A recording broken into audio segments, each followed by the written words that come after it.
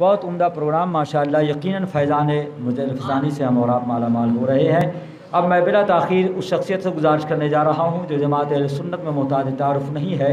تمام جتنی بھی معتبر خانقاہیں ہیں، خواہ وہ سلسلے قادریہ، چشتیہ، برکاتیہ، رضویہ ہو، اشرفیہ ہو، تمام سلاسل کے تمام سجادگان سے گہرے روابط، اور ہمیشہ اسفار میں اپنی زندگی کو مصروف رکھ کر کے اس کوشش میں رہا کرتے ہیں کہ داخلی جو انتشار افتراق ہے مسلک یا مذہب کے مسلک کے درمیان، مشرق کے درمیان، اس کو دور کیا جائے اور رشتہ اتحاد کو، ایمانی رشتہ اتحاد کو مضبوط کیا جائے۔ اس میدان میں سرگرم عمل معروف اسلامی اسکالر حضرت علامہ ڈاکٹر غلام عبد القادر حبیبی صاحب سے گزارش کرنے جا رہا ہوں نسبت مجاہد ملت لے کر کے مجاہدانہ کردار ادا کرنے کے لیے مائک پر تشریف لائیں۔ نعرے تکبیر، نعرے تکبیر، نعرے رسالت، نعرے رسالت، نعرے سنت، نعرے تکبیر، سبحان اللہ، سبحان اللہ۔ نحمده ونصلي ونسلم على حبيبه الكريم، اما بعد فاعوذ بالله من الشيطان الرجيم، بسم الله الرحمن الرحيم، ان الدين عند الله الاسلام، قال الله تعالى في مقام آخر لقد كان لكم في رسول الله اسوة حسنة، قال رسول الله صلى الله تعالى عليه وسلم ان الله يبعث على رأس كل 100 سنة من يجدد لها دينها، صدق الله العظيم وصدق رسوله النبي الكريم، ونحن على ذلك لمن الشاهدين والشاكرين والحمد لله رب العالمين۔ عقیدت و احترام کے سانچے میں ڈھل کر آقائے کائنات، فخر موجودات، رحمت عالمیہ، صفت آدمیہ، تتمہ دور زماں، سید المرسلین جناب محمد رسول اللہ صلی اللہ تعالیٰ علیہ وسلم کی بارگاہ بے کس پناہ میں درود شریف کا نذران عقیدت پیش کریں۔ اللہم صلی علی سیدنا و شفیعنا و مولانا محمد معدن الجود والکرم وعلی آلہ الکرام وبارک وسلم، صلو علیہ صلاۃ و سلام علیک یا رسول اللہ صلی اللہ تعالیٰ علیہ وسلم۔ پیر طریقت، رہبر شریعت، عارف باللہ، مرشد کامل حضرت علامہ مفتی ڈاکٹر محمد مکرم احمد نقشبندی دامت برکاتہم العالیہ، اور یہاں رونق افروز تمام علماء کرام، شعراء اعظام، آپ تمام سامعین کرام، ہم لوگ خوش قسمت ہیں کہ اس بڑی محفل میں، بڑی مجلس میں ہم لوگوں کو حاضری کا شرف ملا ہے، اور حضرت مفتی صاحب قبلہ جیسا کہ ابھی آپ نے سنا کہ یہ اس گھرانے سے، اس دربار سے وابستہ بھی ہیں، اور آپ کا معاملہ صرف یہی نہیں ہے کہ آپ مقامی سطح پر حضرت مجدد الفسانی رحمۃ اللہ تعالیٰ علیہ کے مشن کو آپ لے کے چل رہے ہیں، بلکہ عالمی سطح پر آپ کا نام محتاج تعارف نہیں ہے۔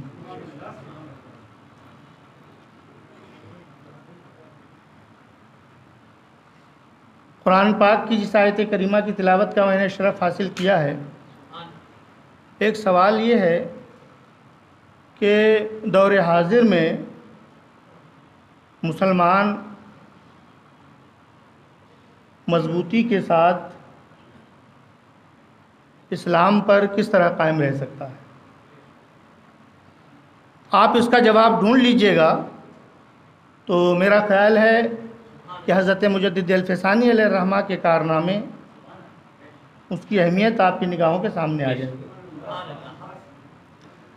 اسلام کے اوپر جب بھی الحاد و بے دینی کی دبیز گندگی، اس کے چہرے کو اس نے جب بھی گندہ کیا یا چہرے کو گردارو آلود کیا، جب بھی کفر و شرک کی گھٹائیں اٹھیں، اور جب بھی دین اسلام کے اوپر لوگوں نے یہ سمجھا کہ ہم اس کو تبدیل کر دیں گے، تحریف کر دیں گے اس میں، تو اسی صورت میں اللہ تعالیٰ نے کسی نہ کسی بندے کو مبعوث فرمایا۔ اللہ کا وہ بندہ، اس کو اللہ نے بڑے اوصاف و کمالات کے ساتھ بھیجا۔ حضرت مجدد الفسانی رحمۃ اللہ علیہ نے اکبر کے سامنے کوئی فوج نہیں بنائی، انہوں نے کوئی احتجاج نہیں کیا، دھرنے پہ نہیں بیٹھے، وہ اس کے خلاف جگہ جگہ انہوں نے مظاہرے نہیں کروائے۔ آپ نے ایک کام کیا، وہ کام کیا تھا کہ آپ نے اپنی محفل سنواری۔ آپ نے جس طریقے سے مفتی صاحب کی بارگاہ میں آپ لوگ بیٹھے ہیں، اسی طریقے سے ان کی بارگاہ کے حاضر باش، انہوں نے یہ نہیں کہا کہ مجھ کو مانو،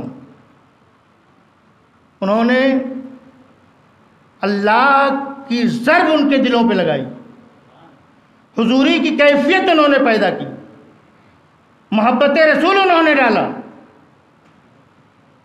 اگر مجدد الفسانی علیہ رحمت و رضوان کا یہ کارنامہ ہے کہ انہوں نے اقتدار وقت کی آنکھوں میں آنکھیں ڈال کر انہوں نے اس طوفان کا رخ موڑ دیا جو اسلام کے اوپر حملہ کرنے والا تھا، تو وہیں پر ان کے حاضر باش جو محفل میں ان کی بارگاہوں میں حاضر تھے، فیض یافتہ تھے، ان کا کارنامہ یہ ہے کہ انہوں نے اپنے شیخ کے فرمودات کو عام انسانوں سے لے کر ایوان حکومت تک پہنچایا، وزراء تک پہنچایا۔ اللہ تعالیٰ نے حضرت مجدد الفسانی رحمۃ اللہ علیہ بہت بڑے مقرر نہیں تھے، لیکن وہ جو بولتے تھے اللہ کی توفیق سے بولتے تھے۔ تسخیر کی دولت ان کے اگر الفاظ میں تھی کہ اللہ تعالیٰ کی عطا تھی، وہ ان کی تحریریں آپ دیکھ لیجئے، ان کے مکتوبات آپ پڑھ لیجئے، انہوں نے کسی دوسرے ذرائع کا سہارا نہیں لیا، لکھنے کا سہارا لیا، خطوط لکھنے کا سہارا لیا، تحریر انہوں نے لکھی، اور انہوں نے اپنے تحریر کے ذریعے دلوں کو نہیں بلکہ انسان کے، مسلمانوں کے دلوں کو بدل دیا۔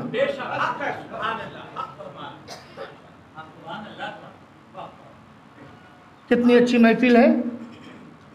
یہ ضروری نہیں ہے کہ ہزاروں افراد ہوں، یہ ضروری ہے کہ جو لوگ بیٹھیں ان کے دلوں میں اللہ تعالیٰ کی خشیت ہو۔ اسلام 1400 سال سے جو آج ہندوستان میں موجود ہے، اس میں معاف کیا جائے سلاطین کا رول نہیں، اس میں اگر رول ہے تو انہی شیوخان طریقت کا رول ہے، اس میں اگر رول ہے، اگر تہذیب اسلامی کی بنیاد کسی نے ڈالی ہے تو سلاطین نے نہیں ڈالی بلکہ انہی علماء نے ڈالی ہے۔ ابھی آپ نے سنا انہوں نے فرمایا مجھ سے پہلے کہ آپ مجدد الفسانی ہیں، حضرت عمر بن عبدالعزیز رضی اللہ تعالیٰ عنہ سے لے کر حضرت مجدد الفسانی تک، یہ تو پہلا الف تھا، تو الف ثانی کا سوال ہی نہیں پیدا ہوتا۔ الف اول میں الف ثانی کا سوال کہاں پیدا ہوتا؟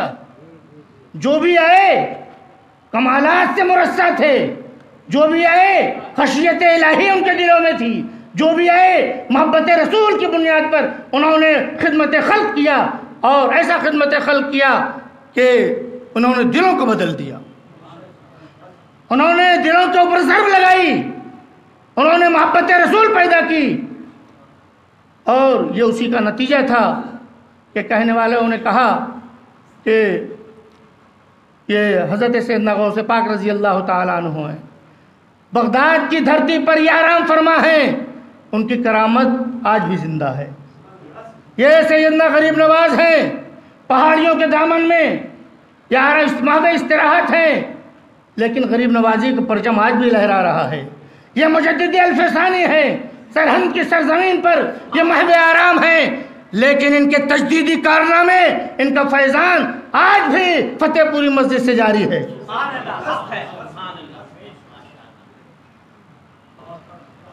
انہوں نے جو کارنامہ کیا وہ کارنامہ کیا تھا؟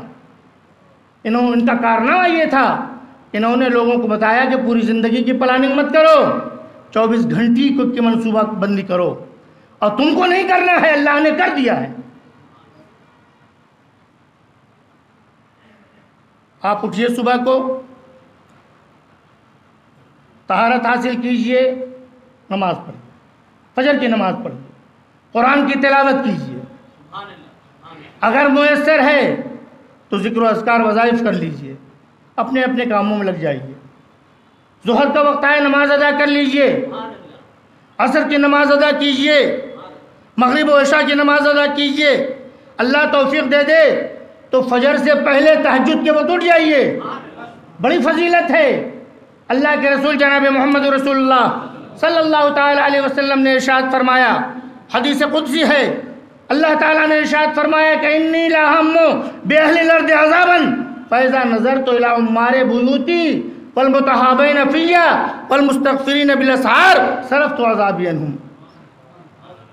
اگر اللہ توفیق دے دے تو آپ رات کے تاریکی میں اٹھ جائیے فجر سے پہلے، 2 رکعت سے 8 رکعت کے بیچ میں نماز پڑھ لیجیے، آپ بارگاہ الہی میں دعائیں کر لیجئے۔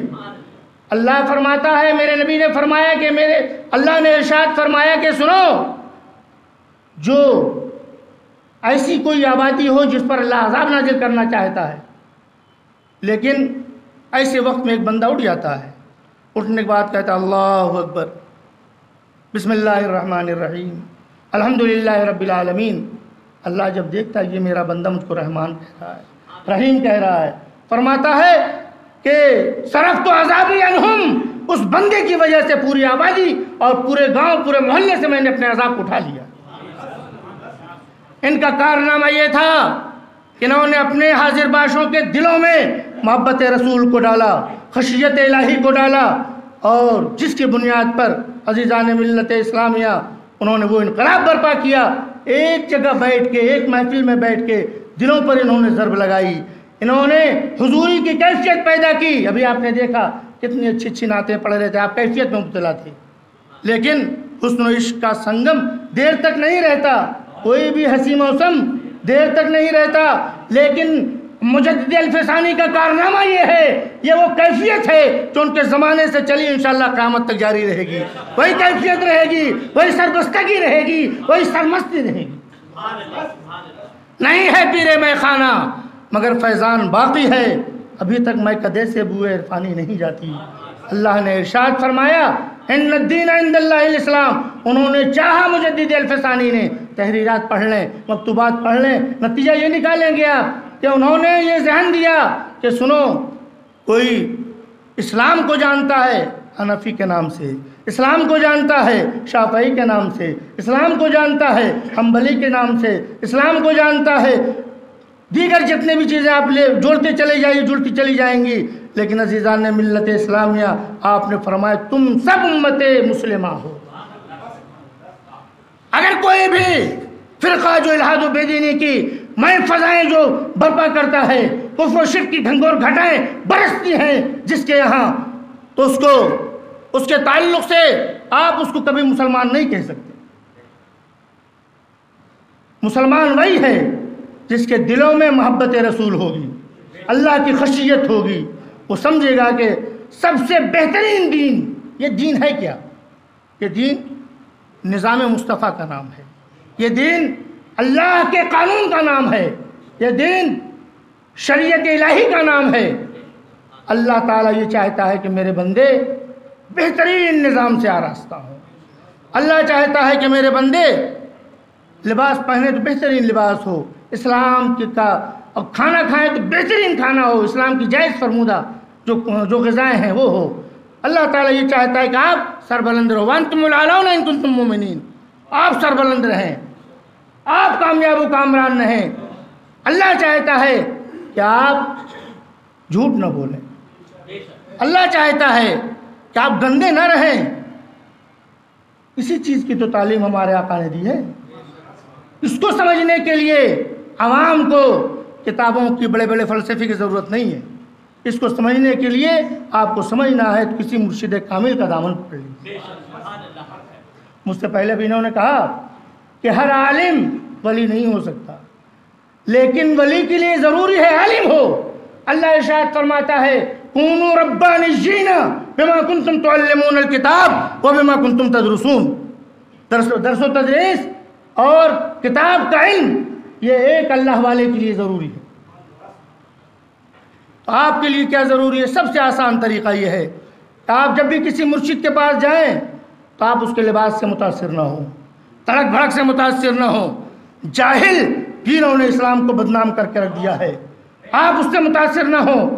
آپ اگر جائیں تو چلے آئیں فتح پوری مسجد، مفتی صاحب کا دروازہ کھلا ہوا ہے، چلے آئیں. ان کے فیضان سے، ان کا جب فیضان ہوگا تو مجدد الفسانی کا فیضان ہوگا، ان کا فیضان ہوگا غریب نواز کا فیضان ہوگا، ان کا فیضان ہوگا سرکار قادریت کا فیضان ہوگا، ان کا فیضان ہوگا تو مدینے والے کا فیضان ہوگا.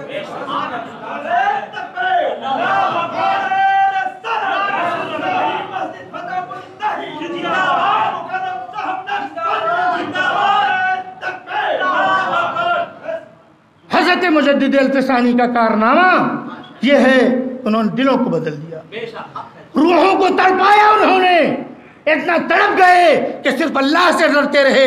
جب اللہ سے ڈرنا شروع کیا تو دنیا کے تمام ڈر ان کے دلوں سے نکل گئی. دنیا ان سے ڈرتی رہی لیکن وہ اللہ سے نہیں ڈرے. یہی تعلیم آپ کو ایک عالم بعمل دے گا، عالم ربانی دے گا. ایک معیار آپ بنا لیجئے. آپ کو آسان طریقہ یہ ہے کہ عقیدہ اور عمل کا نام، حسن عقیدہ حسن عمل کا نام اسلام ہو. بنا لیجئے، ایک پیر کو تلاش کر لیجئے جو عالم بھی ہو، عارف بھی ہو. انشاءاللہ نہیں ہے پیر میں خانہ مگر فیضان باقی ہے. ابھی تک میں کدے سے بوئے عرفانی نہیں جاتی. اللہ تعالی حضرت مجدد الفسانی علیہ الرحمہ کی قبر پر رحمت و نور کی بارش فرمائے، ان کے فیضان سے ہمیں آپ کو متمتع اور فیضاب فرمائے. وآخر دعوانا الحمدللہ رب العالمین. السلام علیکم ورحمۃ اللہ. سبحان اللہ. بہت بہت شکریہ. جن حضرات نے بھی نثر میں، نظم میں، بارگاہ مجدد میں عقیدہ کا خراج پیش کیا، سب قابل مبارکباد ہے. آپ تمامی حضرات بھی اس پروگرام کے انعقاد میں مفتی صاحب کی سرپرستی، صدارت و قیادت ہے، اور خاص طور سے ان کے جانشینوں صاحبزادہ حضرت مولانا انس احمد صاحب قبلہ مسعودی، حضرت حافظ محمد صاحب، حماد احمد ایڈوکیٹ صاحب، اور ہمارے حضرت حافظ محمد عزیر صاحبان، اور جتنے بھی ماشاءاللہ حضرت کے قریبی مصلیان ہیں، مردین ہیں، معتقدین ہیں، مقصود بھائی وغیرہ تشریف رکھتے ہیں. مدرسے کے طلبہ سب نے اپنی کوشش صرف کی، اور علماء اہل سنت دہلی کی نمائندگی ہو رہی ہے. کھجوری کی سرزمین سے مولانا غلام محمد قادری صاحب آغاز اجلاس سے ہی ماشاءاللہ تشریف فرمائے. ادھر ابھی نظر پڑی تو مغربی دہلی سے مولانا افتخار حسین صاحب بھی تشریف لائیں. سبھی کا مستقبل. اب آئیے بلا تاخیر میر مجلس رونق بزم شمع جمن کی بارگاہ تک پہنچتے ہیں. مفتی اعظم دہلی کی شان میں استقبالیہ نعرہ لگا لیں. نعرہ تکبیر، نعرہ رسالت، عرس حضرت مجدد الفسانی، عالی شان کانفرنس. نعرہ تکبیر، نعرہ رسالت. حضرت علامہ ڈاکٹر مفتی محمد مکرم احمد صاحب قبلہ، شاہی امام مسجد فتح پوری. نعرہ تکبیر، نعرہ رسالت. گھٹا انوار و رحمت کی ہر ایک سو چھانے لگتی ہے، فصاحت ان کے لب کو چوم کر اترانے لگتی ہے. انہیں اللہ نے اس خاص خوبی سے نوازا ہے، جنہیں یہ چھو لے ان لفظوں سے خوشبو آنے لگتی ہے.